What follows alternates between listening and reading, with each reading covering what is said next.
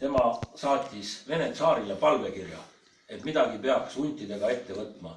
Et meil siin Eestimaal või Liivimaa kubermangus on hunte sedavõrd palju ja kui palju murtakse siis koduloomi ja kui palju on murtud ka inimesi, tõi need arvud välja.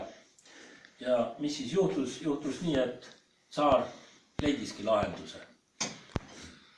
Hunti võisid küttida kõik, muidu oli see nagu mõisniki privileeg jahti pidada ja kütitud hundi pealt määrati preemia. Ja siis tekkis Eestimaale palju selliseid mehi, kes enam muud tööd ei teinud, kui pidasidki hundijahti. Ja vanadest kirikuürikutest tuleb välja, et kangevad hundikütid küttisid aastas rohkem kui 100 hunti. Mõtelge, kus neid pidi siis ikka olema. Põhiliselt küll otsiti pesasid, et korjati hundikutsikad kokku. Ja huntidel käis siis äkki peast läbi selline klõksakas, et ahaa,